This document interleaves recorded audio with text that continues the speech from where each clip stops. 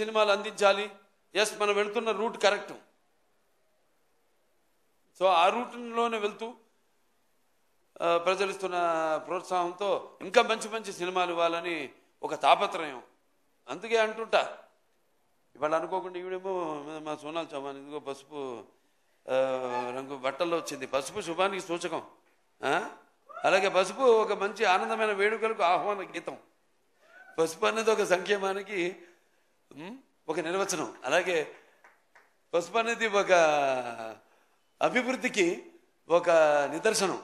అలాగే పసుపు అన్నది ఆత్మాభిమానానికి ఒక నిలువెత్తు రూపం.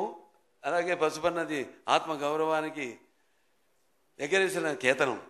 అటువంటి బ్రహ్మాండమైన శుభసూచకం నేను చెప్పేది. ఎందుకు శుభసూచకం చెప్తున్నానంటే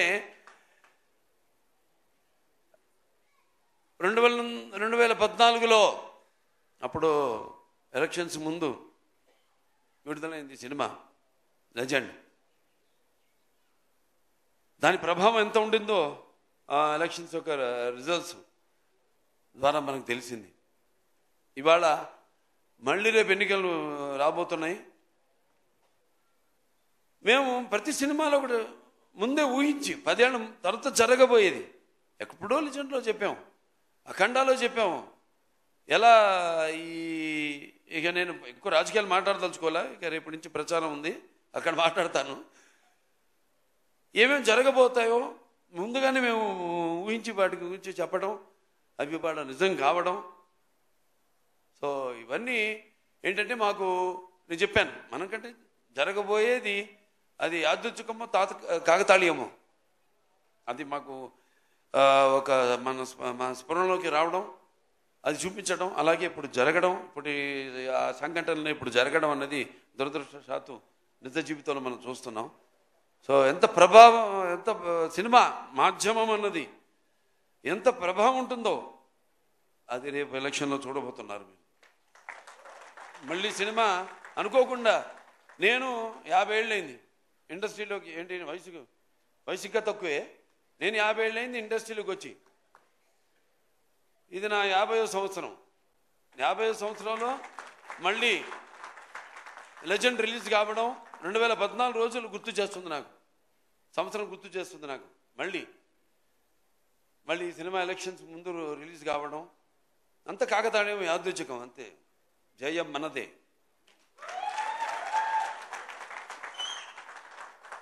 అలాగే మరి సినిమాకు పనిచేసిన దర్శకుడు బోయపాటి గురించి గారికి నేను ఎన్నోసార్లు ఆయన గురించి చెప్పాను. మేము ఒక సినిమా అయిందంటే 2వ సినిమా గురించి ఆలోచించాం. అంటే 2వ సినిమా అంటే నా ఆర్డర్లో అయితే అది ఏది ఫస్ట్ సినిమా మంది అఖండానా అట్లా అనిపిస్తుంది. రివర్స్ ఏదో మా ఫస్ట్ పిక్చర్ సింహ అయిన తర్వాత మేము ఎప్పుడు లెజెండ్ జరిగేటప్పుడు సింహ గురించి మాట్లాడుకోలేదు, దాని రికార్డుల గురించి కానీ దాని అసలు దాని ప్రసక్తే రానివ్వలేదు ఎక్కడ. అదే మళ్ళీ అఖండ చేస్తున్నప్పుడు లెజెండ్ గురించి మాట్లాడుకోలే. మేము రేపు జరగబోయే సినిమా గురించి కూడా మేమేం మాట్లాడుకోము. మేము మాటల మనుషులం కాదు, చేసి చూపిస్తాం అంతే. మా వైబ్రేషన్స్, మా ఈ తరంగాలు, మా ఆలోచనలు ఒకటే. అంటే మా మాట కలిసింది, అలాగే మా పదం కలిసింది, అలాగే మా అడుగు కలిసింది, మా భుజం కలిసింది. అదే చెప్పగలుగుతాను. ఇంకా బోయపాటి గురించి అంతకంటే ఎక్కువ నేను చెప్పను. ఇక ముఖ్యంగా అందరు రాంప్రసాద్ గారు, ఇక ఆయన ఫోటోగ్రాఫర్ రాంప్రసాద్ గారు చాలా అద్భుతంగా సన్నివేశాలన్నింటినీ కూడా ఎంతో బాగా చిత్రీకరించారు. ఇంకా మా మ్యూజిక్ డైరెక్టర్ డిఎస్పి మంచి బాణీలు సమకూర్చాడు. ఆయన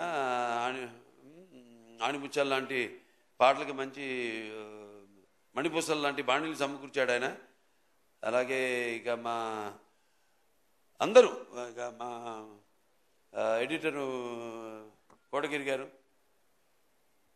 అలాగే మా ఆర్ట్ డైరెక్టర్ ప్రకాష్ గారు, అందరూ కూడా ఎంతో కష్టపడి ప్రతి ఆర్టిస్టులు, మా ఆర్టిస్టులు ఉన్నారు ఇక్కడ అందరూ. ఇక్కడ సోనాల్ చౌహాన్ గారు, అటు అందంతో పాటు ఆవిడ నటన అదర్ డైమెన్షన్ కూడా, అంటే ఒక నాణ్యానికి రెండు వైపులా ఆవిడ అటు అందం ఇటు అభినయం రెండింటిని కూడా ఎంతో బాగా ఆవిడ న్యాయం చేసి, అలాగే రాధిక ఆప్టే ఆవిడ, అలాగే ఇక ప్రతి ఒక్కరు కూడా. జగపతి బాబు గారి గురించి ప్రత్యేకంగా చెప్పాలి. ఆయన పాత్ర ఒప్పుకున్నందుకు, ఎందుకంటే ఆయన ఎంతో చూశాడు జీవితం. ఒక కుటుంబ హీరోగా ఆయన ప్రారంభించి ఆయన ఈ యొక్క నటన అటు నుంచి మరి ఇటువంటి పాత్రను ఆయన ఒప్పుకోవడం, ఆయన బోయపాటి గారు అంటే నిజంగా అది విలన్ కాదు, అందులో అదొక పాత్ర అంతే. ఆ పాత్ర నవరసాలు, ఆ నవరసాల్లో ఒక్కొక్క మనిషి అతను ఏ పరిస్థితులను బట్టి, సిచ్యువేషన్స్ అండ్ అంటాం మనం ఇప్పుడు ఆల్వేజ్ సర్కమ్స్టాన్సెస్, వాటిని బట్టి మనిషి ఎలా దానికి రియాక్ట్ అవుతాడు అన్నది ఈ సినిమాలో ప్రతి పాత్ర కూడా అటువంటిదే. అలాగే మా మిగతా నటులు అందరూ కూడా, సామండ్ గారు ఉన్నారు, మా సమీర్ గారు ఉన్నారు, చిట్టి గారు, మా వెంకటేశ్వరరావు, కోటేశ్వరరావు, సారీ ఆనందరాజు గారు, దాని తర్వాత రచిత గారు, ప్రియా, అందరూ. చలపతిరావు గారు చెప్పినట్టు ఆయన మిస్ అవుతున్నాం ఇవాళ. ఆయన ఆత్మ శాంతించాలని ఆయన ప్రార్థిస్తున్నాను. ఇక ఎంతోమంది అంటే ఈ సినిమా కోసం కష్టపడ్డారు. అది కార్ డ్రైవర్ నుంచి కూడా ప్రొడక్షన్ మేనేజర్ నుంచి లైట్ బాయ్ నుంచి ప్రతి ఒక్కరు కూడా ఎంతో కష్టపడ్డారు ఈ సినిమాకి. ముఖ్యంగా అందరికీ, ముఖ్యంగా ప్రేక్షకులకి. ఎందుకంటే మేము అక్కడ వైజాగ్లో షూటింగ్ చేస్తున్నాం, రామకృష్ణ బీచ్ రోడ్లో. అక్కడ గుర్రం ఇవన్నీ మర్చిపోలేని మన జీవితంలో. అద్దం పగలు కొట్టుకు వెళ్ళాలి. అప్పుడు డైరెక్టర్ గారు ఏంటి మీరు ఏదో అనుకున్నారు, ఏదో వేరే రకంగా తీద్దామని. నేను అడిగాను ఏంటండి ఏంటి ఇదంతా అంటిస్తున్నారు నన్ను అడిగితే, అంటే ఆయనకి నా మీద నమ్మకం అది. అంటే బాబా అది మనం ఏదో గ్రాఫిక్స్ నేను చేసేస్తాను అని ఏమనలేదు కూడా. చూసి ఓకే బాబా షోరా చేస్తావా అన్నాడు. చేస్తాను అంతే, అయిపోయింది. 5 నిమిషాల్లో అయిపోయింది షాట్. నిజంగా దాన్ని బగలు కొట్టుకుని పాత్ర అనేది, ఓ పాత్ర ఎటువంటిదంటే ఓ మనిషి, నేను ఎప్పుడు చెప్తుంటాను, ఒక పాత్ర అనేది మనకి పరిచయం లేని పాత్ర. అది ఏదో రైటర్స్ రాస్తారు బ్రహ్మాండంగా, దాంట్లోకి వెళ్ళిపోతాం మనం. అంటే ఊరికే ఒక పాత్ర అనేది ఏడవడమో నవ్వించడమో లేకపోతే అరవడం కాదు. ఆ పాత్ర అనేది ఆ పాత్ర యొక్క మూలాల్లోకి, ఆ పాత్ర యొక్క ఆత్మలోకి మనం వెళుతున్నాం. ఆ పాత్ర యొక్క అనుభవాలు మనకు తెలియదు. సో ఆ పాత్రలో మనం వెళ్ళినప్పుడు ఎన్నో దెబ్బలు తిన్నాను. జాగ్రత్తగా ఉండమంటారు పాత్రలోకి వెళ్ళినప్పుడు, గిచ్చుకోమంటారు నిన్ను, నువ్వు ఆ పాత్రవి కాదు, నువ్వు పలానా బాలకృష్ణవో లేకపోతే నువ్వు పలానా సునాల్ చమాన్వో లేకపోతే నువ్వు అలా సమీరను. అదొక పాత్రలాగా తయారయ్యాడు. అది వంట పాత్రలు ఉంటాయి. గంగాళాల్లో ఉండేవారంట ఆ రోజుల్లో, ఊళ్ళల్లో. నీకు కవలలే. సరే, చాలా సంతోషం. ఇవాళ మళ్ళీ సినిమా రిలీజ్ అవుతుంది. నా అదృష్టం ఏంటంటే ఇవాళ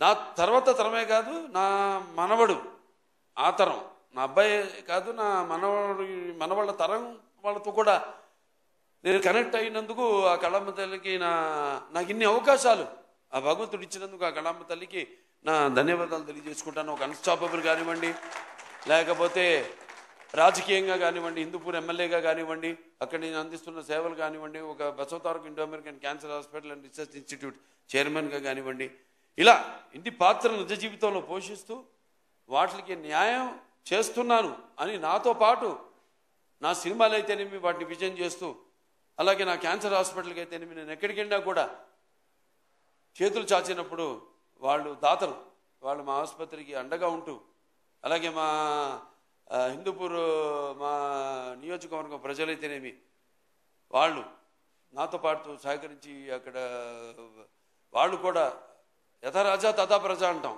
సో అలాగే నాతో పాటు వాళ్ళు కూడా, నా అభిమానులు అయితేనేమి వాళ్ళు కూడా ఎన్నో సాంఘిక సంక్షేమ కార్యక్రమాల్లో పాల్గొంటున్నందుకు చాలు. ఇంకా ఈ జన్మకి ఇది ఇంకా మీరు ఇది ప్రోత్సాహం ఉంటాను. సినిమాల విజయం అయితేనేమి, నేనేం చేస్తున్నాయితేనేమి, ఇది ఇలాగే ఈ యొక్క మన అనుబంధం అన్ని రంగాల్లో ఇలాగే కొనసాగాలని మనస్ఫూర్తిగా కోరుకుంటూ, ఇంకా మా శాయశక్తులు మేము ప్రయత్నిస్తాం. తప్పకుండా ఎప్పుడు ప్రయత్నిస్తాంతోనో మొదలవ్వాలి. ఏదైనా మొదటి సినిమా మళ్ళీ అది సినిమా ఇప్పుడు రాబోతుంది, సినిమానే తీసుకుంటాను. అది ప్రయత్నిస్తాను అన్న ఒక తపన, అదే నన్ను ఇవాళ ఇలా మంచి నటుడిగా మీ ముందు నన్ను నిలబెట్టిందని అన్నది నా నమ్మకం. సో మరొకసారి ఈ సినిమాని అంత విజయం అప్పుడు చేసినందుకు, మరి రేపు చేయబోతున్నందుకు అందరూ కూడా నా ధన్యవాదాలు. నా అభిమానులందరూ కూడా నా ధన్యవాదాలు. అలాగే చలనచిత్ర పరిశ్రమకు కూడా ఇటువంటి మంచి సినిమాలు ఇంకా అందరూ కూడా అందించాలని మనస్ఫూర్తిగా కోరుకుంటూ నేను సెలవు తీసుకుంటున్నాను.